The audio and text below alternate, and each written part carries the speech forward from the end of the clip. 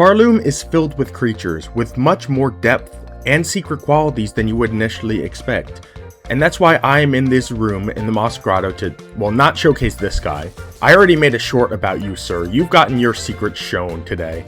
No, I am here today to show you the secrets of the lifeblood, or plasmium as we call it in this game. These winged life seeds basically do nothing. They float around, waiting to die, Have a beautiful time. or waiting to escape.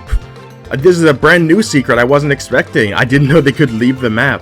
But anyway, I brought up the winged life seeds because 99% of people just break them out of their cocoons and then kill them to get some more hearts. Okay, I guess they don't escape. But killing them with your needle does give you the heart from them, as does killing them with Threadstorm. But what if you kill them with different methods? Slashing them with a needle and using silk in a storm to break them apart seems pretty powerful, but none of it is as powerful as the silk spear, because if you use the silk spear, you don't get a heart, you just obliterate them apparently, in a way that neither slashing with the needle nor putting them apart with Threadstorm does. And not only is that the case with the silk spear, this is also the case with the Sharpdart. It seems very, very odd which skills do give you the hearts when you kill these enemies and which skills don't. Because I can't really find an explanation for why hitting them with a needle and dashing through them with silk wouldn't give the same outcome. And it's not even just the case with silk skills. I have 3 tools on: the straight pin, the pin pillow, and the volt vessels. The straight pin is probably as close as to the silk spear as you could get, but using the straight pin does give you HP, and blowing them up with the pin pillow and the volt vessels does not give you HP, which is something I'd be able to show off if I ever hit him. See, it just blows up his carcass entirely. So I guess there is some level of trying to showcase that if you're too harsh with things like bombs, these winged life seeds won't give you their plasmium. But on the other side, you can use something like the Threadstorm, and you can use any needle strike in the game, and they will still give you the heart. So who knows? But hey, if you knew this secret, everyone, and if you know all the secrets I have to share with you in this video, feel free to leave a dislike. But if there's anything in this video that you didn't know beforehand, then you have to leave a like. Now, let's explore more confusing and interesting secrets of the various denizens of Farloom. I want this video to showcase a brand new side of maybe the less interesting enemies you find in Farloom. For example, the Kilik right here. You see the Kilik in a couple rooms at the beginning of the game, and then you likely forget about him and never really think about them again in your life. They get those spikes out of their body that protect them from hits from your needle, but did you know those spikes also protect against certain tools? Things like the curve claw just get instantly pushed back in a kind of funny way, and so do the straight pin. And, keeping in how the long pin normally works, it goes right through the spikes of the Kiliks. But the thing about going through it in that way is that it kind of looks incomplete the way it passes through the Kiliks spikes here. And that got me wondering if there's some interactions that really aren't intended. For example, there are things that Team Cherry definitely thought out. If you put tax down when a Kilik is protecting itself, then it doesn't matter. It still gets hurt, and it still will eventually die because it's being hit underneath. Very good. Team Cherry put their research into that, and if you throw a giant bomb onto a Kilik, I don't think those spikes are going to protect it, and they knew to make it so that they don't. But what they didn't know was how to make them react to the rosary cannon, because if you fire upon a defending Kilik, it just passes right through their body. It doesn't hurt them, and it doesn't get knocked off by the spikes, which would clearly knock off rosary beads. It just passes through their body. And this, I have to say, is 100% unintentional. There is no shot they wanted it to work like this. And part of the reason you can prove that is that if you keep firing after the spikes go up, they will just die. So they just lose their hitbox when they're protecting themselves. The rosary cannon is such a mess all over the place. It's the only tool you have to reload in the menu. It's so bad that, I don't know. Kiliks are weird, and so is the cannon. But secrets can be more than just oddities in Silksong, and never is this clearer than with the Servitors. You find servitor ignims all around Farloom. They kind of are very harmless and just nice companions, but they can also give you things, like bars of silk when you hit them. Yeah, despite being robots, they give you silk for hitting them, and they give you shell shards for breaking them open. They gladly give their life for the purpose. And they even have more abilities to help you out with. If you activate the Beast Crest Bind, you can heal by killing them. So they are treated like enemies in every sense of the word, and they give you all the benefits enemies can give you. But the secret isn't just that those basic living servitors can do that. It is that the broken down and seemingly dead servitors have all those same qualities. In fact, they're not entirely broken down. If you play your needle in this room, surrounded by your helpful robots who have long since been decommissioned, they will begin to show signs of life again. And more than that, because you can see right now that they have some signs of life, you can abuse their life to get all of your vampiric benefits. If you use the Beast Crest Bind again and kill these broken down servitors, you can get your health back as well. So, this is not useful information. If anything, it's kind of cruel. I guess Hornet just can't abide anything being left alive. But let's just say that it's a very interesting detail that Team Cherry made it so they gave you the same benefits. They're showing they're not completely broken, and the only way we can find that out is by completely breaking them. There's a lot of cruel people in this company. This next secret is one I'm sure a lot of people figured out already, but it's something that passed me by when I had my first playthrough of this video game. These Groms in the Wormways are not easy to kill. They have 30 HP, and they disappear so quickly that you have to deal that damage in a fraction of a second. And the easy way to do that would be with a tool or a silk skill, but if you don't have a strong enough needle, then no silk spear is going to punch through that 30 HP. So you would expect that no silk skill would be able to punch through that 30 HP. And you would be wrong. The Sharpdart has an instant one-hit KO property against every single Grom in this video game. Yeah, I don't know why. I understand why in terms of a gameplay perspective, because you get the Sharpdart in the Wormways, so it makes sense to teach you to use it against enemies by making the Groms instantly die to it. But in terms of logic, in-game logic, why does one silk skill instantly destroy these enemies? No other silk skill does so. This silk skill is not the strongest silk skill in the game. It's pretty strong, but it does not deal 30 HP points of damage. So this is like full gameplay over lore in my opinion. But hey, if you want to kill a bunch of Groms, put on Sharpdart at any level, and you can do so quickly. Scabfly is a sticky young fly, born and grown in service to the slab, for which Hornet has no sympathy and hates them entirely. And normally, I would agree, all of the flies in the slab deserve the vile hatred that Hornet has toward them. But these little flies don't, and I've learned that in this video. If you kill them, you leave the room and come back, they are small enemies, so they will instantly respawn. But every time you come see them, they will be lying, sleeping, cuddling with the penitents around them. That is what they do. They care about the people in the jail here, and they're probably too young to have done much that could be really considered horrible. And if you keep them alive and you kill the penitents they sleep on, they will actually disappear from the room entirely. You saw that I did not kill that fly, but he is now gone. The Scabfly only ever wants to be relaxing with its friends, and if you kill its friends, kill the penitents, then they will just disappear from the scene entirely. Now, whether this is just a matter of gameplay, they can't spawn because the person they're sitting on is dead, or this is an actual lore reason where they don't want to be around when their penitent friend is gone, it gives me a better appreciation of them. And especially because I don't think Hornet was kidnapped in this playthrough, Hornet, that journal entry is not warranted to those flies at all.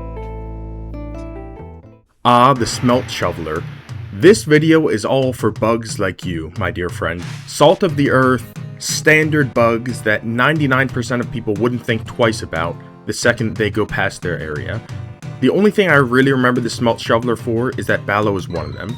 And they can be two-shot by the Silk Shot. And by their own actions, I suppose. That had nothing to do with the secret. That was just an accident. But what I wanted to show is that they have 30 HP, so a 29 damage Silk Shot will 2-shot them. Most of them. There is one very special Smelt Shoveler. When you go to fight everyone's favorite boss, Four Brothers Cygnus and Gran, the first time you ever meet Cygnus, he is talking to 2 dock workers, and one of them is a Smelt Shoveler. If you can attack this Smelt Shoveler with, say, a Silk Shot, you will see that it kills him in one hit. Now maybe you didn't see, so let me slow it down. He has a grand total of 20 HP, but the Silk Shot also did 34 damage. And I knew he had 20 HP from the outset, but the 34 damage is something that I did not know.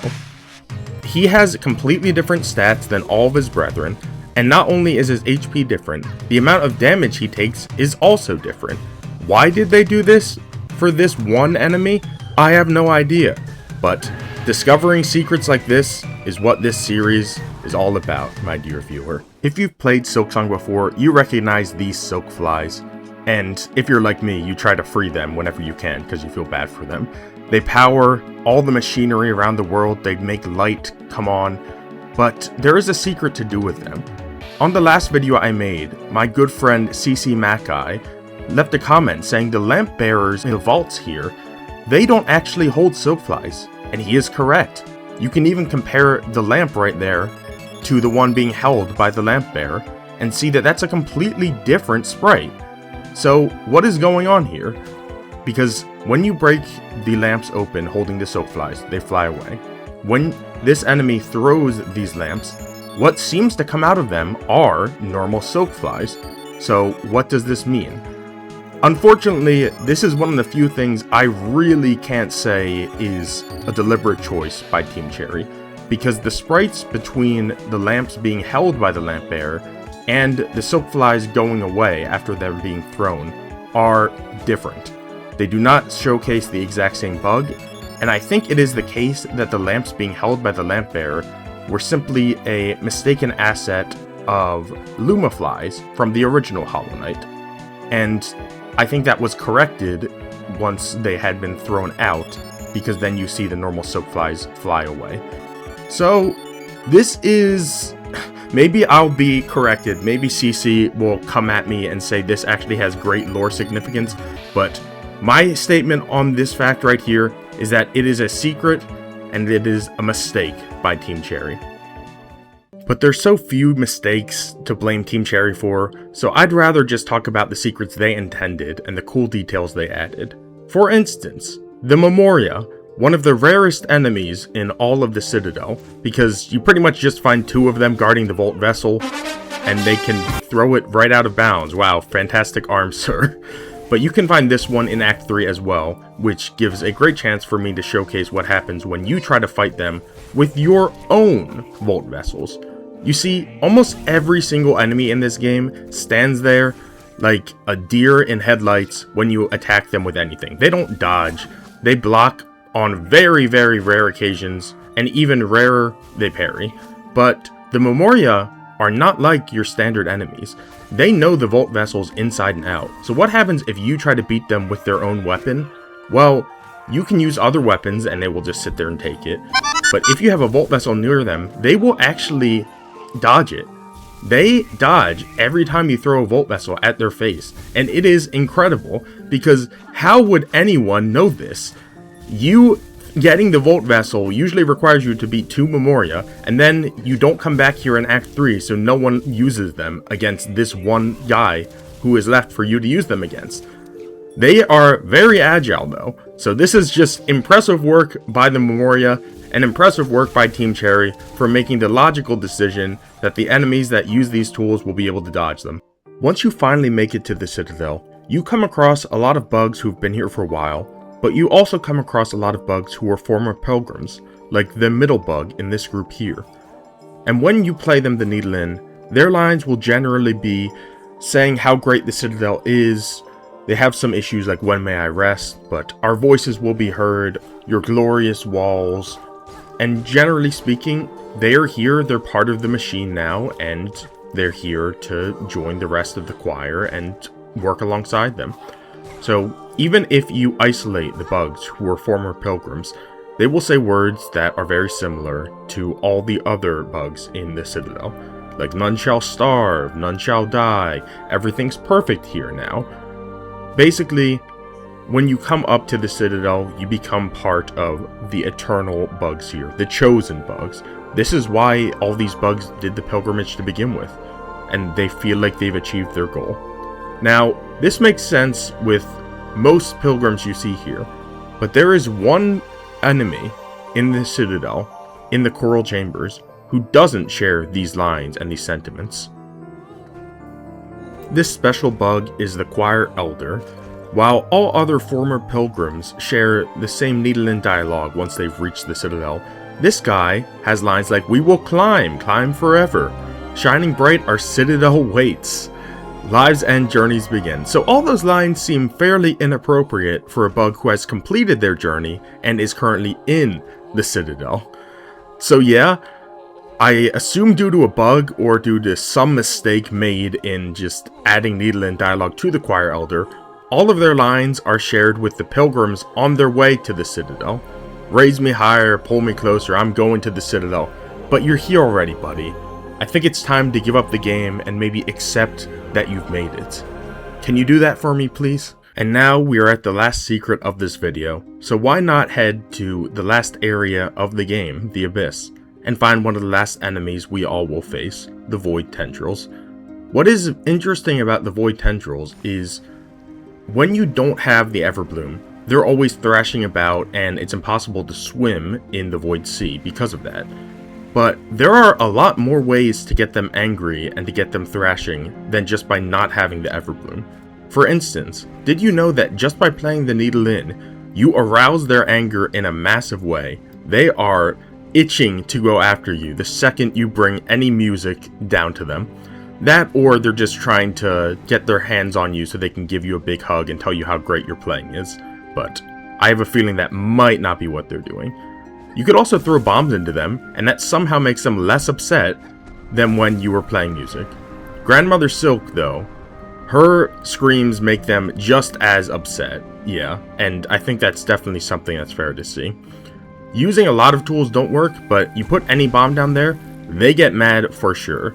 The Papillo seems to make a bigger impact even than the Volt Vessels do, which I guess would make sense since the Papillo goes down a bit before exploding. It probably hurts more of the Void creatures once it gets down there.